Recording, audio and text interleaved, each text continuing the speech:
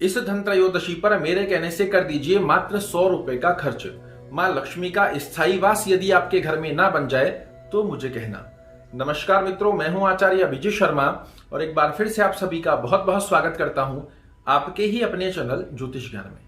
मित्रों, दीपावली का महापर्व बड़ी ही शीघ्रता से हमारे समीप आता जा रहा है और ऐसे में हर एक व्यक्ति की यही कामना होती है कि माँ लक्ष्मी का स्थायी वास पूर्ण वर्ष के लिए इस दिवाली हमारे घर में बने। इसी से संबंधित हमारे शास्त्रों के अंदर कुछ वस्तुओं का वर्णन दिया गया है जिसे यदि धन त्रयोदशी पर खरीदा जाए तो 100% माँ लक्ष्मी का स्थायी वास हमारे घर में बनता है। शास्त्रों के अंदर यहां तक बताया गया है कि यदि कोई गरीब व्यक्ति भी धन त्रयोदशी पर ये 7 वस्तुएं खरीद लाता है तो बन जाता है धनवान। वही 7 वस्तुओं के बारे में आपको चर्चा करने जा रहा हूं। बड़ी ही सस्ती, सूक्ष्म और माँ लक्ष्मी को अति प्रिय है ये 7 वस्तुएं।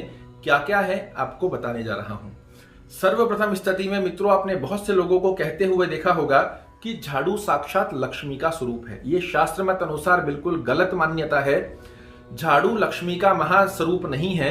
झाड़ू एक आपके घर में स्वच्छता का यंत्र है जिसे यदि आप धन त्रयोदशी पर लाकर सफाई करते हैं तो जहां सफाई होती है वहां लक्ष्मी का वास होता है। ये आप सभी लोग जानते हैं। ऐसे में सबसे पहले आपकी एक ये शंका हटा दूं कि झाड़ू लक्ष्मी का स्वरूप है, ऐसा नहीं होता।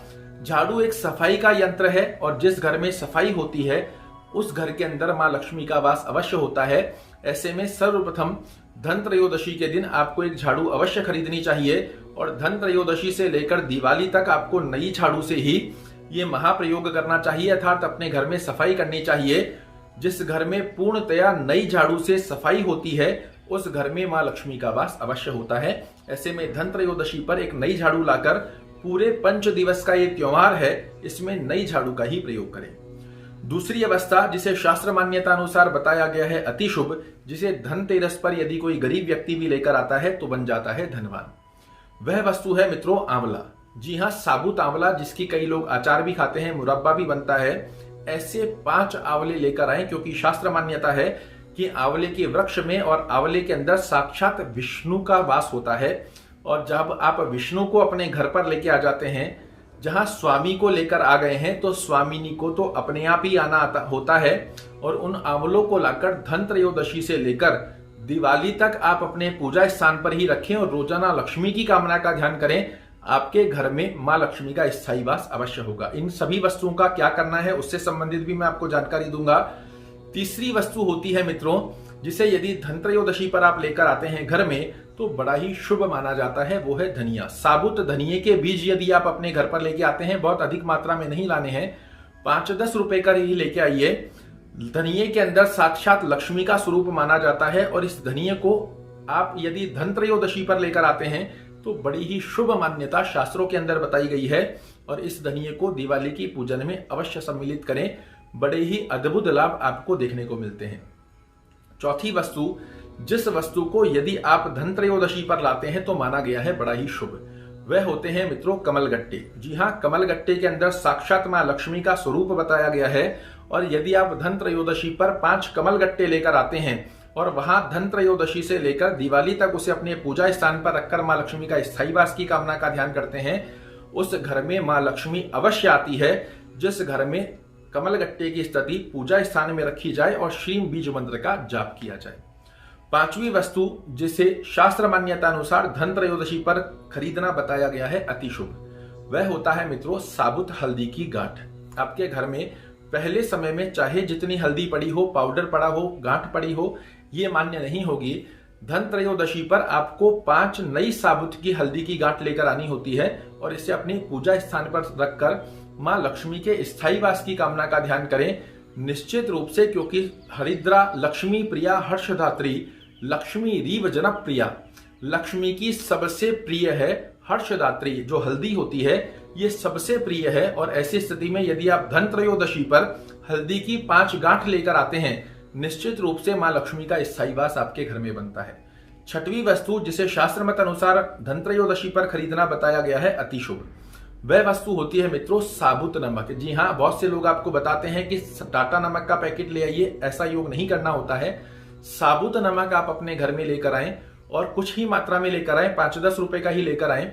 धन त्रयोदशी से लेकर और दिवाली तक कुछ मात्रा में पानी में डालकर अपने घर में उसका पोंचा लगाएं और एक डली छोटी सी लेके साउथ वेस्ट कॉर्नर के अंदर अपने घर में कांच की बाउल में रख सकते हैं। इसे बहुत ही शुभ माना गया है और यदि ये आप उपाय करते हैं, आपके घर में से जितनी भी नकारात्मक स्थितियां होती है वो बिल्कुल आपके घर से बाहर चली जाती है और बहुत ही सर्वश्रेष्ठ लाभ आपको देखने को मिलते हैं। और अंतिम वस्तु जिसे माना गया है धन त्रयोदशी पर खरीदना बहुत ही शुभ, वह वस्तु होती है मित्रों एक लाल वस्त्र। जो पूजा का वस्त्र आप दिवाली पर लेकर ही आते हैं, इसे धन त्रयोदशी पर लेकर आएं और सिल्की वस्त्र नहीं लेके आना है, सूती वस्त्र लेकर आएं। 1 मीटर, 1.25 मीटर कुछ भी मात्रा में आप ला सकते हैं और उसे यदि आप अपनी पूजा स्थान पर लाकर रखते हैं और दिवाली की जो पूजन करेंगे, लक्ष्मी की जो स्थापना करेंगे, वो उसी वस्त्र पर करें तो यह सर्वश्रेष्ठ शुद्धिकरण में माना गया है। दिवाली की पूजन के पश्चात में कमल गट्टा, हल्दी की गांठ और इसी के साथ के अंदर झाड़ू को आप अपने घर में ही रखेंगे। जो आंवले हैं उन्हें आप पूजन करने के पश्चात आसपास में किसी भी प्रकार का कोई वृक्ष हो, कहीं पर भी यदि आपके आसपास में कोई भगवान नारायण का मंदिर हो, वहां जाकर पुनः चढ़ाकर आ सकते हैं या फिर आप इसे प्रसाद स्वरूप में ले सकते हैं। इसका मुरब्बा बना सकते हैं, खा सकते हैं, क्योंकि सूखने के पश्चात ये कार्य नहीं करेंगे। साबुत धनिया, कमल गट्टा, हल्दी की गांठ, इनको एक लाल वस्त्र के अंदर बांधकर यदि आप अपने तिजोरी में रखते हैं पूजा करने के पश्चात, तो 100% मां लक्ष्मी का स्थायी वास होता है। झाड़ू को आप अपने गाड़ियों में ले लें। जो नमक लेकर आए हैं वो नमक आपके स्वच्छता का योग बनाकर रखें और जो एक डली आपने साउथ वेस्ट कॉर्नर में रखी थी, इसे एक लाल कपड़े में बांधकर अपने घर के मुख्य द्वार पर रखें और तकरीबन 5-6 महीने बनाकर रखें। आपके घर में समस्त प्रकार की नकारात्मक स्थितियां समाप्त होती है और इसी प्रकार से मां लक्ष्मी की स्थायी वास की कामना इस धन त्रयोदशी पर कीजिएगा। 100% मां लक्ष्मी की स्थायी वास योग शास्त्रों के अंदर बताया गया है कि जो भी व्यक्ति ये 7 वस्तुएं अपने घर पर लेकर आता है, उस व्यक्ति के घर में होता है मां लक्ष्मी का स्थायी वास। आशा करता हूं मेरे द्वारा दी गई ये जानकारी आपको पसंद आएगी। अगर पसंद आए तो वीडियो को लाइक कीजिएगा, शेयर कीजिएगा, चैनल को सब्सक्राइब कीजिएगा। कल ऐसी ही एक और रोचक जानकारी के साथ आपके सामने प्रस्तुत होऊंगा। तब तक के लिए जय महालक्ष्मी।